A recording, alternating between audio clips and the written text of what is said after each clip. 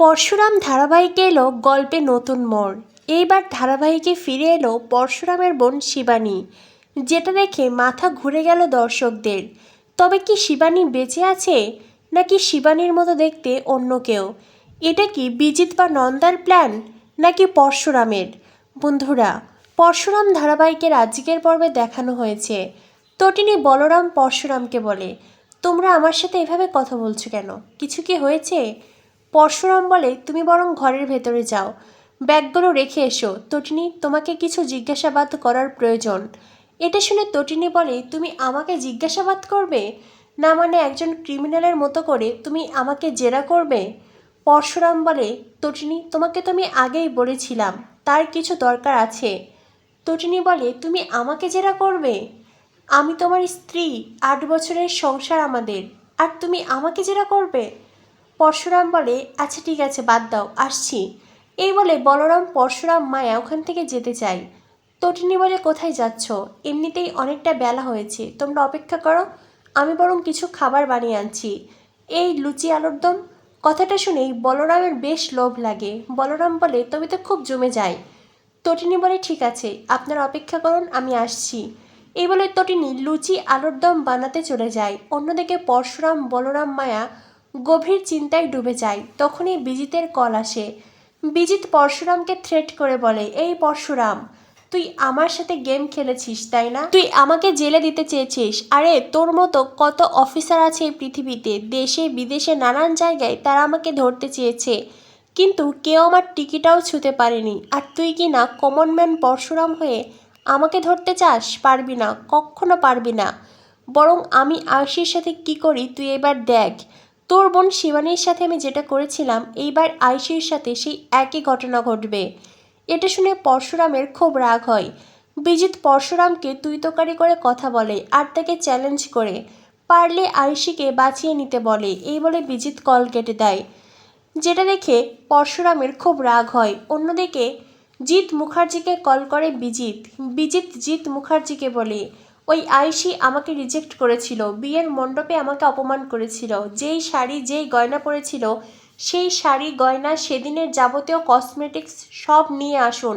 আমি আয়ুষীকে বিয়ে করব, আর ওর সাথে ঠিক সেটাই করব যেটা শিবানীর সাথে করেছিলাম। জিৎ মুখার্জি তখন বলে, প্লিজ আমার মেয়ের কোনো ক্ষতি করবে না। বিজিত বলে, আমি বলছি তো ওই গয়নাগুলো শাড়ি নিয়ে আসুন। জিৎ মুখার্জি বলে, বলো বাবা, কোথায় নিয়ে যেতে হবে? বিজিত বলে, আপনাকে সেই ঠিকানা বলবো না, আমার লোকেরা গাড়ি নিয়ে অপেক্ষা করছি, আপনি বাড়ি থেকে বেরিয়ে আসুন, গাড়ি করে আমার ঠিকানায় চলে আসুন।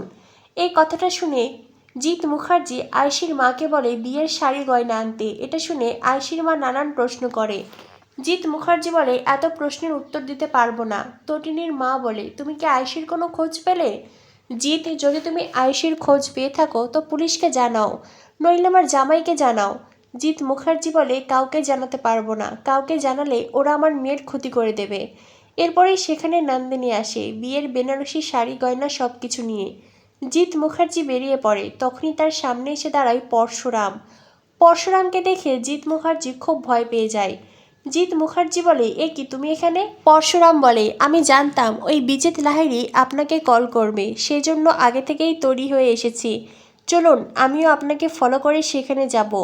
জিৎ মুখার্জি বলে, তুমি বাবা পুলিশ কেউ যদি আমার গাড়িকে ফলো করে সে অবধি পৌঁছাতে চাও, তবে ওই বিজিত লাহিড়ী আমার মেয়ের ক্ষতি করে ফেলবে, আমার মেয়েকে শেষ করে ফেলবে। আমি হাত জোর করে রিকোয়েস্ট করছি, প্লিজ তোমরা কেউ আমাকে ফলো করবে না।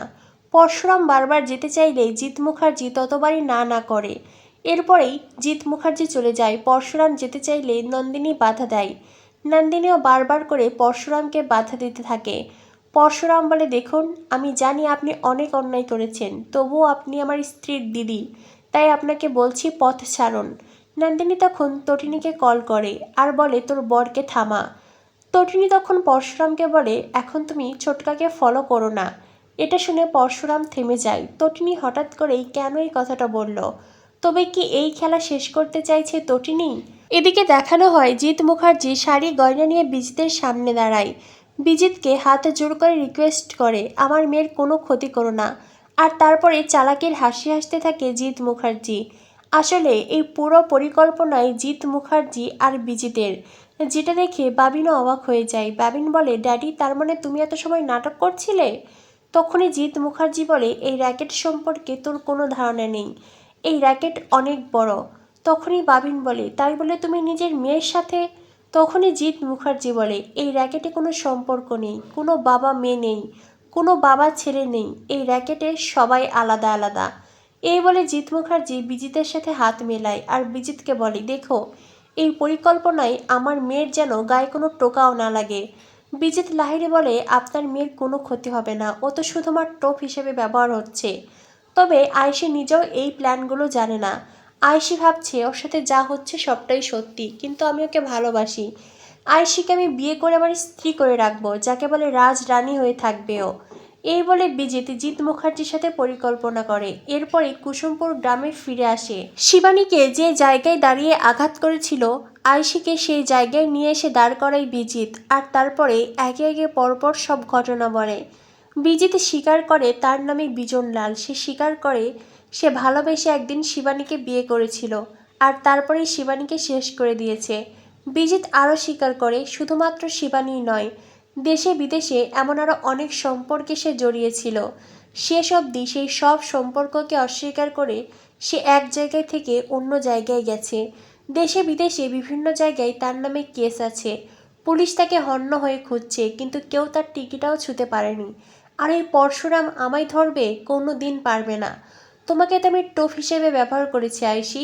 ওই পরশুরাম যখন এখানে আসবে, ওই পরশুরামকে শেষ করব, আর তারপরেই তোমাকে। বিজিতের কথাগুলো শুনে আয়েশি অবাক হয়ে যায়, সেই সাথে কাঁদতে থাকে। অন্যদিকে নন্দা ঘরের ভিতরে দাঁড়িয়ে বিজিতের সব কথা শুনছিল, তবে লুকিয়ে লুকিয়ে। এরপরেই নন্দা পরশুরামকে কল করে আর বিজিতের আসার খবর জানায়। নন্দা বলে, বিজিত ওরফে বিজনলাল আরও একটা মেয়ের সর্বনাশ করতে চাইছে। পরশুরাম বলে, কিচ্ছু হবে না, কোনো ক্ষতি হবে না, তবে হ্যাঁ, তুমি সবটা নজরে রাখো, আর হ্যাঁ, সাবধানে। এই বলে পরশুরাম কল কেটে দেয়। এরপরেই পরশুরাম বলরাম মায়াকে বলে, আমি যাচ্ছি বিজিতকে শেষ করতে, তবে হ্যাঁ, আমি একাই যাব। এটা শুনে বলরাম বলে, তুই কিন্তু রিস্ক নিচ্ছিস। ওই বিজিত যদি আয়েশির কোনো ক্ষতি করে দেয়? পরশুরাম বলে, ও আয়েশির ক্ষতি করতে চায় না, ও আমার ক্ষতি করতে চায়। ওই পরিকল্পনা করেছে যাতে আমাকে ফাঁদে ফেলতে পারে, এটাই ওর আসল উদ্দেশ্য। আর সেজন্যই আমি যাব। কমনম্যান পরশুরাম বিজনলালের মুখোমুখি হবে। এই বলে পরশুরাম মোটর বাইক নিয়ে বেরিয়ে পড়ে। এদিকে বিজিত আয়েশির খবর পৌঁছে যায় কাহিনীর কাছে। সেই সাথে কাহিনী এই খবরও পেয়ে যায় পরশুরাম আয়েশিকে বাঁচানোর উদ্দেশ্যে সেই গ্রামে যাচ্ছে। কাহিনী তখন সেই গ্রামের ঠিকানা চায়। কাহিনীর পাশে দাঁড়িয়ে আছে তটিনীর মতো দেখতে সেই মেয়েটি, যেই মেয়েটির সাথে কাহিনী কথা বলছে। কাহিনী সেই মেয়েটিকে বলে, এইবার পরশুরামের খেলা শেষ হবে, এইবার পরশুরাম হবে চেকমেট। আগামী পর্বে দেখানো হবে আয়েশিকে একটা মহিলার শাড়ি এনে দেয়। আয়েশি সেই শাড়ি পরে কনের সাজে সেজেছে।